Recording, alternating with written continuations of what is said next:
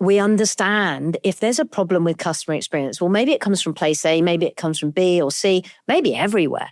But we can be much more targeted in figuring out what the underlying issues might be and how we can really respond to them.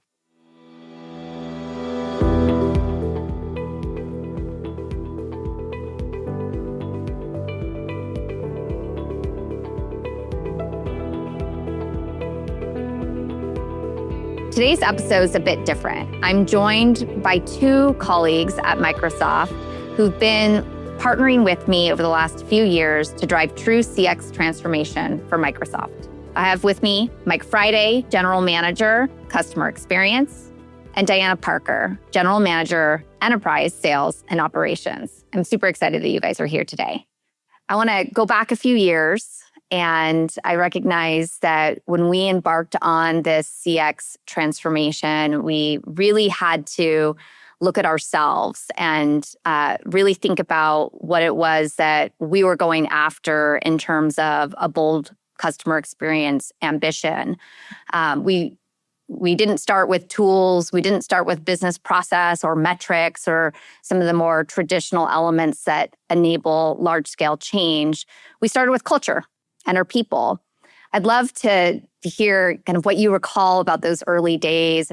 The very first customer interviews that we did to be able to bring this to life. And I remember that we went out there and got videos of the customers from different scenarios, highlighting what that customer experience, what the reality was to them, what their desired outcome was, so that we could actually bring that to life to everyone within the organization. And that was the first element, if you like, was putting the customer front and center of the transformation that we wanted to drive, of the strategy that we wanted to go forward. What stood out for you is we really crystallized the key things customers were expecting of a technology provider. As you say, there was a huge amount of data and to be coming up with the specific themes. Part of the challenge was the sheer breadth of customer base and customer types that we had. Absolutely. We had everything from the largest strategic global companies that you could think of down to the smallest SMB customers that we go to every day in the corner shops, all wanting to get different levels of experiences. What that meant to them, depending on where they were with their journey into the cloud, how much did they have on-prem, that was different. And part of the challenge was being able to build a strategy that was flexible enough to be personalized to each of those different customer types and their individual needs. And really listening became our superpower. And I think, building a capability that enables ongoing, always-on listening has really been a key accelerant to the development of our strategy. And you and your team have done some really phenomenal work in driving culture change with regards to really helping the field understand that any and all customer feedback is valuable. I'd love to learn a little bit more about what you feel like is standing out as you've started to help sellers and members of the field embrace all customer feedback, and then to tie it to your focus on how we leverage AI solutions, how we're able to do that in a very quick, easy, frictionless manner so that it doesn't create a bunch of additional time suck in terms of immersing yourself in what our customers are saying. Feedback from our sellers on as we go more into an AI world, we're actually shifting who we have to sell to. And if you kept doing the same thing, kept polling the same people with the same questions, with the same cadence, we would have missed a lot of the shift that said, well, maybe we need to think about how well we're positioned with this new group of people.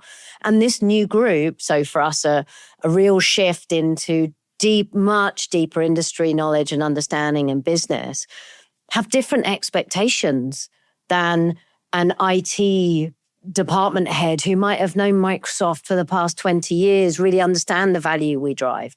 That there are different expectations and different experiences that those different buyers essentially are having. You polled people twice a year and you asked a rigid set of questions and you spent months getting the data back. in today's world, if we had to do that now, by the time you got the data back, it would be useless to us because the market would have moved on so fast. So I think there's this kind of really symbiotic relationship now where the ability for the field to manage contacts in our CRM system better in such a way that you can get real feedback then allows you very quickly, near real time often, to be able to pick up on trends, pick up on what's changing and what needs to change, and then we can collectively address it. And I think we've also got much better at the feedback loop. And that's another thing I've really enjoyed that we've done with your team is we've got a very clear distinction between the things that are in the control of the account teams that I specifically deal with and things that are in control of other parts of the organization. And not that that takes away from the need for this holistic accountability. And Microsoft is generally a very collaborative organization, I think, that kind of one Microsoft sense. But what it means is that we're not kind of drilling down in the wrong places. We understand if there's a problem with customer experience, well, maybe it comes from place A, maybe it comes from B or C, maybe everywhere. But we can be much more targeted in figuring out what the underlying issues might be and how we can really respond to them. So I think that's a really nice way to think about it as well, is that you want this holistic accountability across the group, but you also want to be clear with people how you're helping the bits in their control get better by helping the things that aren't in their control improve too. And I think that's been a really important part of the journey for me. Historically, like many companies, we did semi-annual surveys of customers to be able to listen to them. We would spend months being able to analyze, pull these things together, which was great for doing the initial themes. But if we focus on any of those approaches, it only gives us a long rear view mirror as to what customers wanted in the past.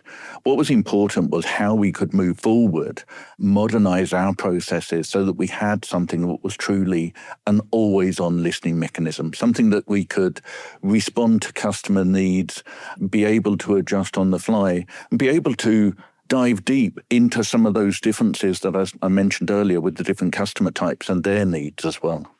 We needed to not only understand the voice of our customers, the voice of our partners, but also be able to connect the data and the insights that we gleaned from those voices with voice of employee, with voice of market, with operational data, financial data, you name it. How do you feel like that enabled us to move from simply serving up data and looking at what the data said to really actionable insights? One of the first things that we did that was really interesting was look at all of the policies that applied and how they impacted the customer experience. We went through each of those leaders of operations, finance, planning, and identify who owned which of those policies. And we found a third of those policies weren't owned by anyone. They weren't policies. They were operational procedures to make life simpler from a Microsoft perspective. When we did that and highlighted it, we managed to significantly reduce the number of policies that applied. That resulted in a better customer experience because it was simpler for them to understand and deal with things. But it also highlighted a couple of things. The fact that it's not the people necessarily on the front line that are affecting that experience, it's people in the back office.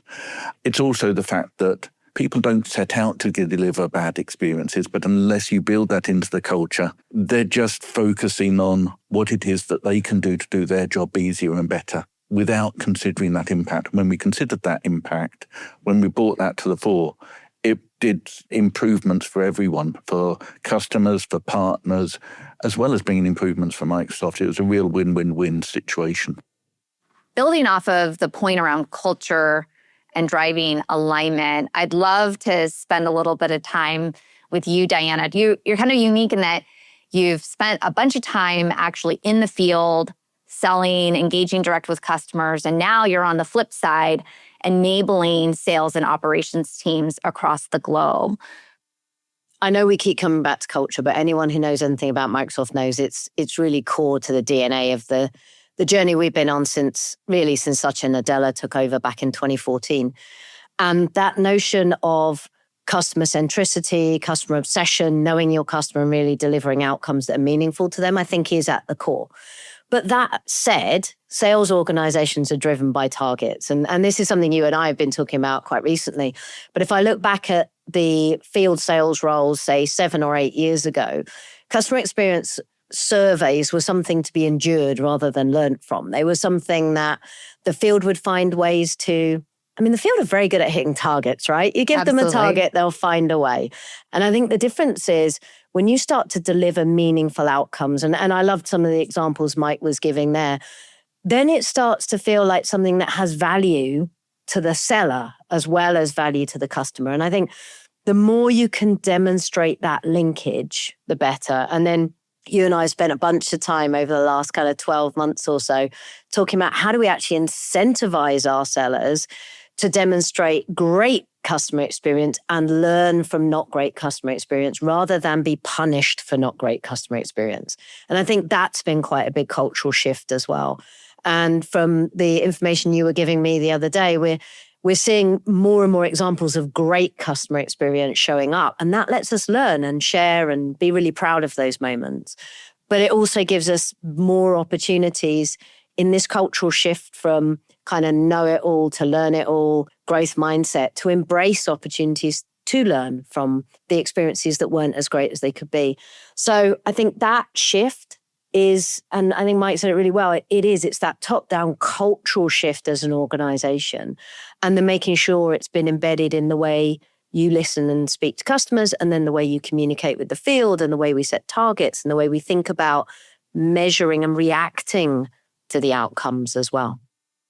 So yes, listening to our customers just wasn't enough. We really had to broaden the aperture of the voices and perspectives that we gleaned feedback and insights from. So in addition to voice of customer, that included voice of partner, voice of market or the competitive landscape, as well as voice of our employees. How did that combination of voices and the insights we were able to glean influence our priorities? It requires that ecosystem. And so listening to the customer is the start. Listening to the partners who are going to help enable and tailor and personalize some of those services is important as well. How we then make the experience frictionless for them is equally important. Similarly, from our employees, look, happy employees give happy experiences. It's really a matter of sort of how do you listen to them about where their barriers are, where are the tools that are preventing them from delivering the best services, and how can we build a roadmap to simplify things, to be able to better enable them, to free them up to deliver the best to their customers as well. And then the last element that you mentioned there, the voice of the market. The market is changing so quickly at the moment. It's changing from a technology basis as we're seeing, but it's changing from a customer expectation perspective as well. What customers expect as being good service today will be different from what it is in the future because of those market changes that we're seeing. And that is also important that we understand not just how we're improving, but how we're improving relative to everyone else as well. We focused on executing 3 major levers in driving change across people, process, and technology. Where did you see these 3 really align and come together? They really come together when we start sort of building that roadmap of the customer experience changes that we want to drive. From a people process, for example, it's about making sure that we simplify the engagement for the customers in the right time. And that was part of our early learnings, was the need to be able to streamline the engagement model with the customers. That was part of making sure that we didn't swarm all over customers and leave them trying to work out who they should be talking to for different components. It's making sure that they have the right tools, our customers have the right tools to enable them to do their processes as well. So all of those come together as we start building a roadmap to improve customer experiences on specific elements or specific customer journeys. When you think about impact and the impact that you've seen so far, I know we're still early days. What stands out? Well, It is. As you say, it's removing that friction. It's removing the friction from our own employees to be able to say, rather than spending all of the time trying to find and know an answer, it's being presented to you. We're seeing impact already in terms of quicker resolution times, fewer transfers, better engagement, better customer feedback as a result. And we're also seeing the feedback going back to our engineering teams to reduce the number of challenges, to reduce the number of problems in the first place. So as we brought these four voices together and had this new, very rich set of data and insights, what specific impacts that we've driven as a result are you most proud of, Mike? I think there's a couple. If I go back to one of the first things that we addressed was the complexity of just doing business with Microsoft. If I go back 5 years ago, there was numerous teams, individuals from each solution area, from each product set engaging with the customers. I think it was around 25 different groups that would engage the customers. And it was up to the customer to navigate who they should talk to for which purpose. They couldn't rely on the fact that internally to Microsoft, somebody would be coordinating all of those different activities, making sure that everyone knew what the customer's transformational projects were or what their strategic business needs were.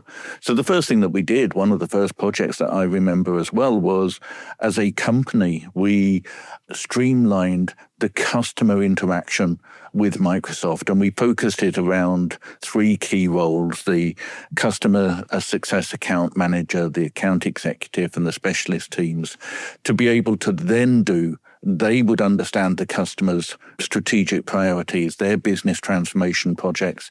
They would do the orchestration of all of the resources needed to pull that to life and be able to make that real. It really streamlined and made a big difference for the customers just in terms of how they engaged with Microsoft.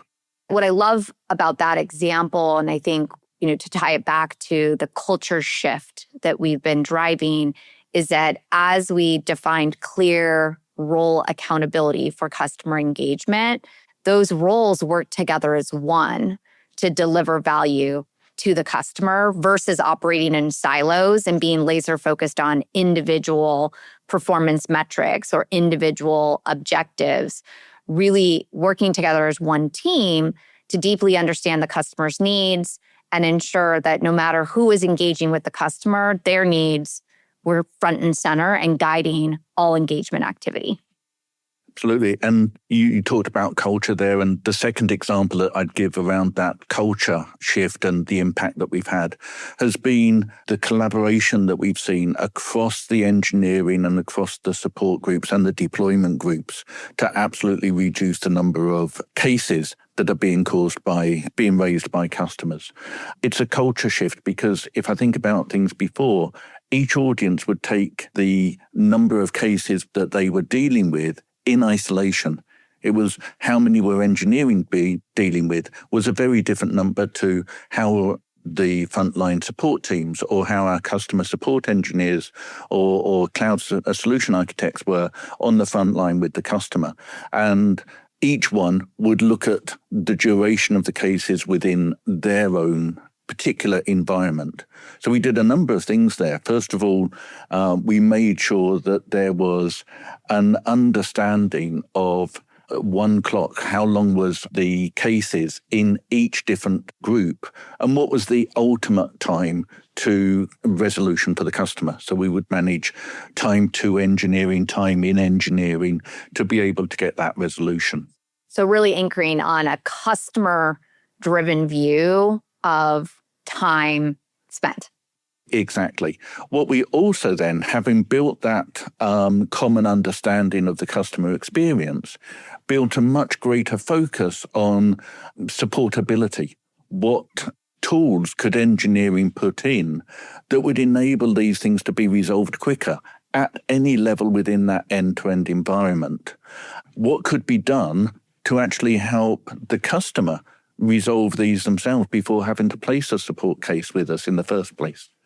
And then building on from that, being able to set targets with engineering that they have to make their tools, their services easy enough to use, easy enough to be supportable, with fewer cases coming into Microsoft support teams. And the ultimate end to that is we've now just started seeing the absolute reduction in number of Azure cases coming into Microsoft, which is obviously the best experience that you can get is never needing to raise a support case. So it's improving the customer experience, but it's also reducing the overall cost and support burden on Microsoft to continue to manage those unhappy customer situations.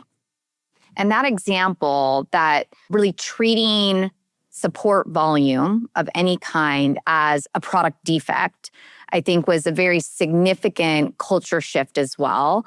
And now to see the shared accountability and the shared focus across engineering and support teams in eliminating that friction, eliminating that toil for our customers has really been remarkable. Historically, the definition of an outage was managed by engineering when they saw services go down. That taking that change in culture shift to its extreme, we're now redefining that so that an outage is anything on the lived customer experience.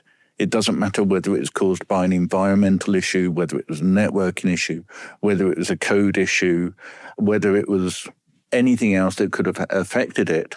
Caused by a customer or caused by a third party.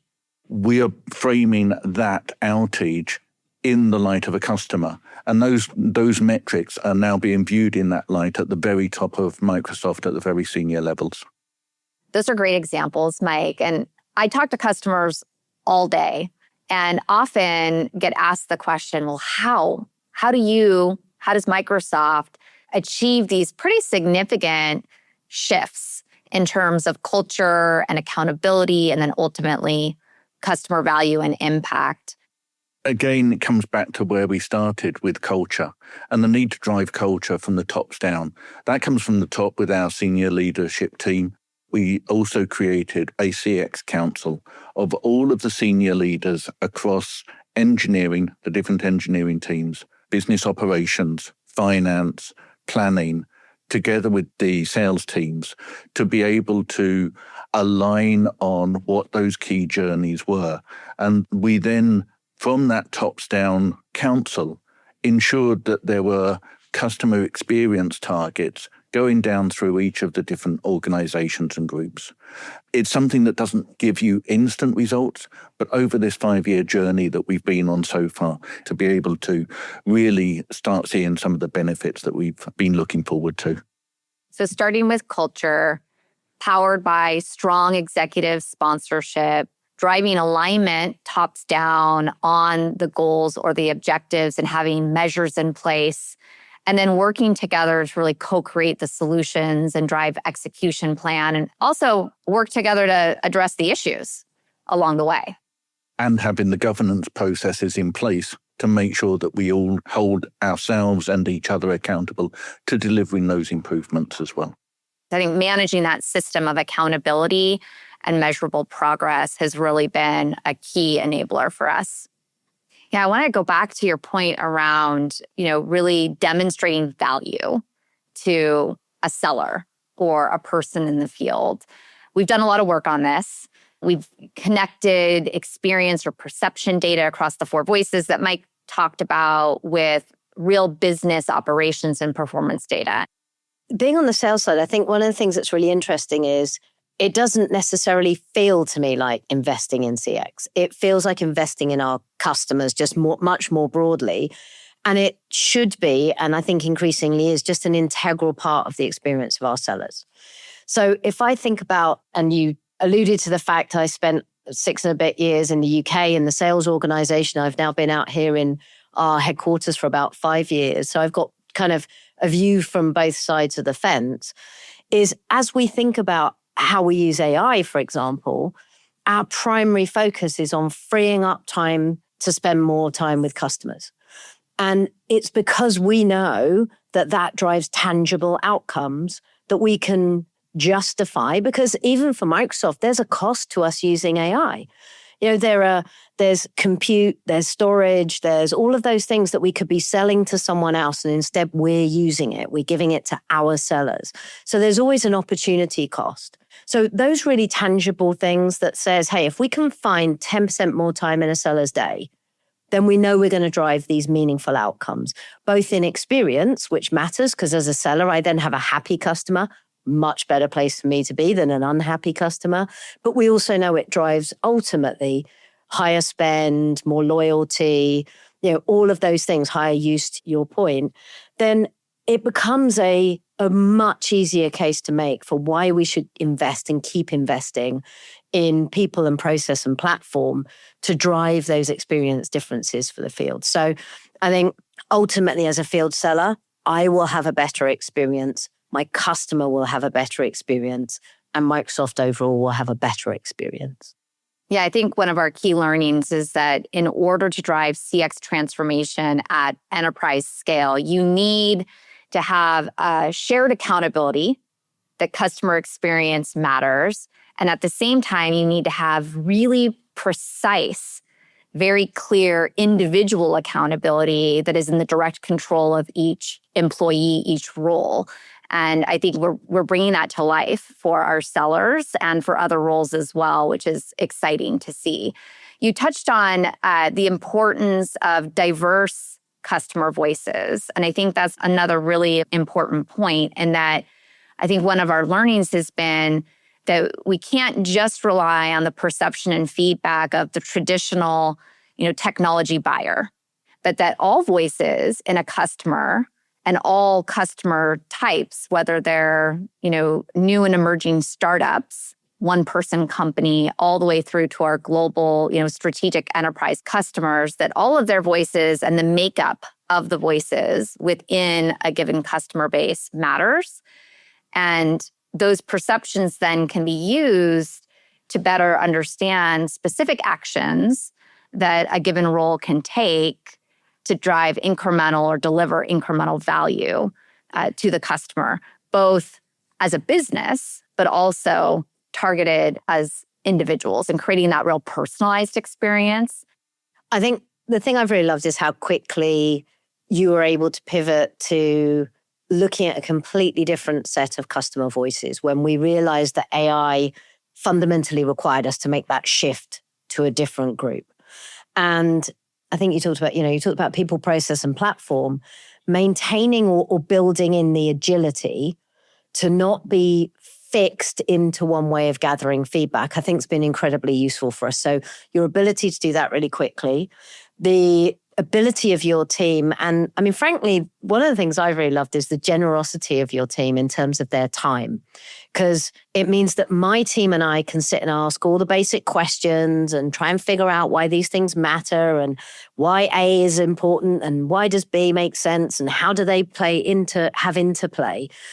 So the ability to have that really peer-based business connection between customer experience and sales, that these are not separate things, that we are, synergistically linked, and that we will be more powerful together, I think has been really helpful, because it's not been my experience in every organization that I've been in. And I think if you go back historically, 7, 8, 10 years ago, it felt much more separated, much more siloed. So the fact that your team is always willing to sit with my team, think on the fly, hey, could you just look at the data this way? Could you look at it that way? I think making sure that we've built in flexibility and agility whilst maintaining, I guess, the credibility of the data has been something that's been fantastic and a really different experience for me in terms of dealing with that. So that there's that piece. Because we could go off and do a bunch of things on the basis that we think there's a difference. But if we can then know there's a difference and measure the reaction of those stakeholders over time, we can figure out whether the interventions we're taking from a sales standpoint are the right ones or not. So I think the speed, the synergy, the ability to work together, the real flexibility has been, I think, really powerful. Yeah, definitely working as one team with one set of shared objectives, yet also having clarity of the unique accountabilities that each has in order to achieve it, I think has been a great enabler and ignited the speed at which we can work together. Also, back to kind of your point around the precision of the data and the actionability of the insights. I think the other thing that has been a big unlock most recently is not just looking at customer experience data and insights at the thematic level, whether that's by customer type or customer industry or geography, but the ability now that we have to look at those broad thematics and let that inform our strategic priorities, but also be able to look at that customer feedback at the most granular individual level possible so that we can then equip an individual seller or an individual customer success account manager to directly take action with the human. Yes. Yeah, I love the fact that customer zero is how Mike referred to it before, but that kind of, drinking our own champagne, as it were. The ability to say, hey, if you meaningfully allow us to survey your customer, then you, specific account manager of a specific account, we're going to give you insights that you can take action on. And I also love the fact that you've got a kind of kudos element to this as well. So if I'm a seller and I get really great feedback, my manager gets a message with me on copy saying, Diana's done an amazing job. Here's some of the feedback. I think that's great. We all love a bit of kudos. And at the same time, being able to also say, hey, Diana, you got some feedback from your customer where there's an opportunity for you to go take action to improve their experience. And that not being sent as a, hey, Diana, you did a bad job. And that we're not immediately saying, oh, and your manager's on copy and you best do, we're giving our sellers an opportunity to take action, to be able to drive that improved experience, and then have a really thoughtful and structured way of making sure action gets taken, that we're not just hoping that our sellers do the right thing, but driving that meaningful interaction action, but also into their daily life, like into the place that they're working. They're not having to go hunt for this. They're not having to search through thousands of emails for it, that we're using AI, we're using agents to make sure that this is surfacing in the line of their work, I think is really important too. Absolutely. I think that's the key is really making it super easy, super simple, super personalized in providing sellers or other roles in the field with the customer experience data and insights that's meaningful for them. And the fact that we now have these AI agents, sales co-pilot, sales chat that allows us to serve this insight up in milliseconds in those key moments that matter, I think is a game changer for sure. I wanted to lastly touch on this point that you've made a couple times around really rewarding and recognizing exceptional customer experience. And I think our whole strategy in driving culture change on this point has been to really incent and elevate customer experience as a positive enabler and accelerant to achieving business outcomes versus, to your earlier point, hand slapping or penalizing failures or breakpoints in the customer experience. What's been most exciting for you and most impactful as you think about all the different ways we're looking to reward and recognize exceptional CX? So I think it goes back to partnership. I like the fact that this is not coming from the CX organization without engagement with us as kind of the sales strategy, planning, go-to-market team, that we're very much doing this hand in hand, that we have the right levels of executive sponsorship so that at, for example, our country manager level, there's buy-in that this matters, that they will be measured on this, and that it's an opportunity for them to really showcase excellence within their countries. I think that really matters. The fact that we built, and I mean, this happens to be a particularly Microsoft thing, but, a kind of best in the world cup, the CX Champions Cup. People care. They get to hold a piece of silverware. Like, I've seen the pictures, and I'm sure in the coming months we'll get to see someone lifting the cup. Those things are minimally cost-bearing, but really do allow people to celebrate in a way that matters. And it's part of the Microsoft culture, is that ability to stand up and celebrate when things have been done well. So I think it's that blend of the specifics. So there'll be specific account teams that can win. To your point, that very granular level of detail we can get to, opportunities for entire countries to win, for having moved in the right direction, made big leaps in customer experience. And all of that gives us a chance to learn. And I think that's the thing that's most crucial, is every single time we see those things, there's something new we can learn, some different way that a country is approaching it, some different approach that a specific individual has taken, or that culturally in certain areas we know there are differences in what works, what doesn't, but we can really understand them because people are so much more willing to share when there's a carrot out there rather than a stick. We've demonstrated over time that there is no stick. There's no hidden stick. There is no stick. This is genuinely about a learning opportunity on both ends of the spectrum, and an opportunity for really, in many ways, silly, but incredibly meaningful recognition on the other end. So I think the teams love that. A bit of a challenge, bit of healthy competition. Healthy competition always is a good thing. Well, and what I would underscore that I'm most excited about in the awards, the CX awards, is that really this is the first time ever that this top tier award across the company is not just going to recognize an individual, but a team. Yes. And I think that kind of ties back to where we started the conversation around the importance of culture change and the importance of putting the customer at the center of everything that we do, but that it's a team sport. And it's not about going it alone, but working with and in partnership with, others to really deliver that exceptional customer experience. It's very exciting. It is.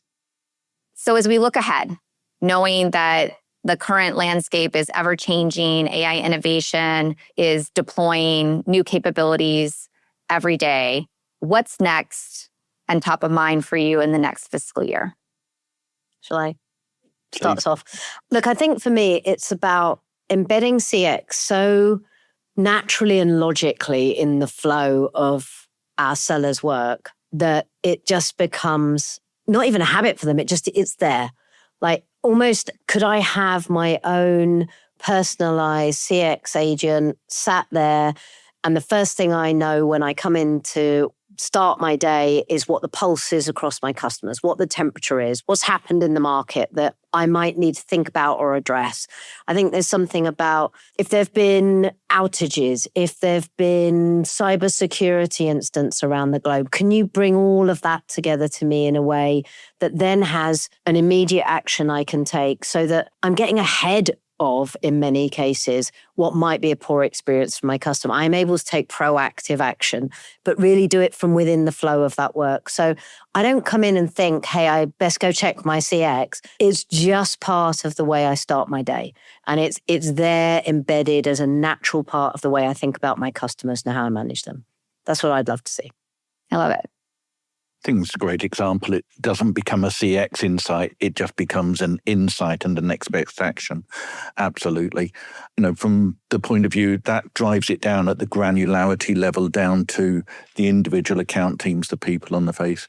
If I was to think about it as well, what can we do from a lighting up the programmatic changes that would drive the greatest level of improvement for the greatest number of customers? And how do we get proactive about sort of identifying those and moving forward to the future? And I think building off of that, moving from, current state insight, proactive, and then even predictive. And I know our capabilities at the AI will definitely enable that.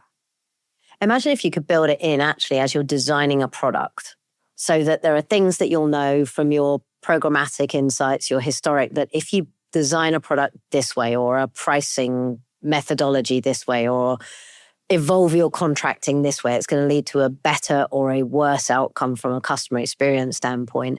I imagine if that became a decision factor, like as you're building a product. Because I think that's the important thing is, to your point, the path you're on is building it so deeply into the culture that it's part of everything. You almost do yourselves out of a job as a CX team because CX is in every single thing. It's in the DNA. I mean, whatever, I hope. do without a CX team, but like it should be in the DNA of the organization to such an extent that you're not having to, or individual departments aren't thinking about it as a separate siloed stream. It's just built into the way that they do everything. That's absolutely the vision. Yeah. Every role, every business function is accountable for customer experience, clearly understands what that accountability is. And that accountability is not just about behaviors, but measures that we, look at on a recurring basis that are fully integrated into the way the business operates. So I think we're not that far off, and I'm excited about what's ahead. And not just talking about sort of predictive from our own employees' perspective, but also keeping an eye on that personalized predictive experience for the customers as they want to work with us as well. Absolutely. Well, thanks, Mike. Thanks, Diana. I appreciate you guys spending time with me today. I know we've had a pretty phenomenal journey together so far, and I'm just really looking forward to what we're going after next. Thank you for having us. Thank you.